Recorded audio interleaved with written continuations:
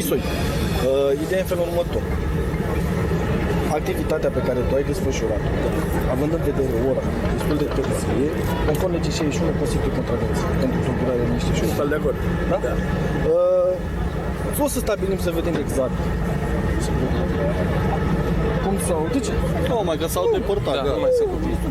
De asta colegii am rugat să meargă cu mine de sindicate. Ce faceți? Hai! Cam asta este treaba în cercul ăsta.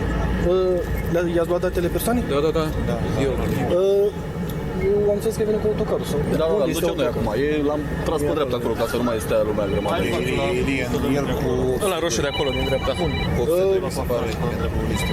avariile la 100 de metri. Dreptul dubii voștri. Da, bun.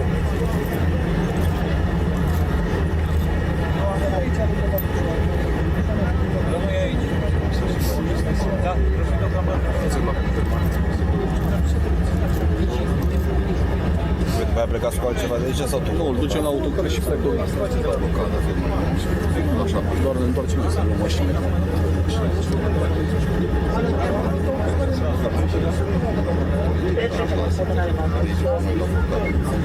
Inițialul și să ia să scoată locul de plecat.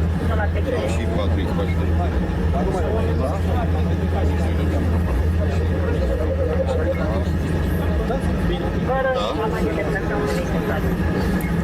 Scuze-mă.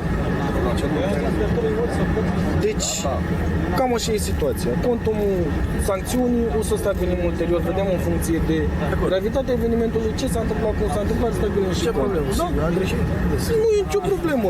Te-am zis, o să primești în termen de 15 zile de înaintarea în posesie prezentului proces verbal, poți depune contestație la judecătoria unde s-a întâmplat faptă sau la judecătoria de domiciliu. Da? În rest, n-am ce să...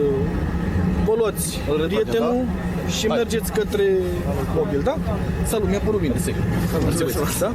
Hai, seară bună. O seară bună vă doresc. Ne pare. Poți să te rog frumos? Hai, că te rog. Nu, fața nu. La trecere, ca să...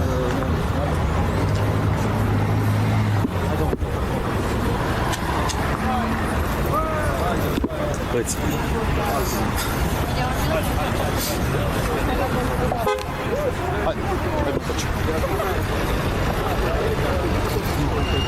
Ba, pe acolo.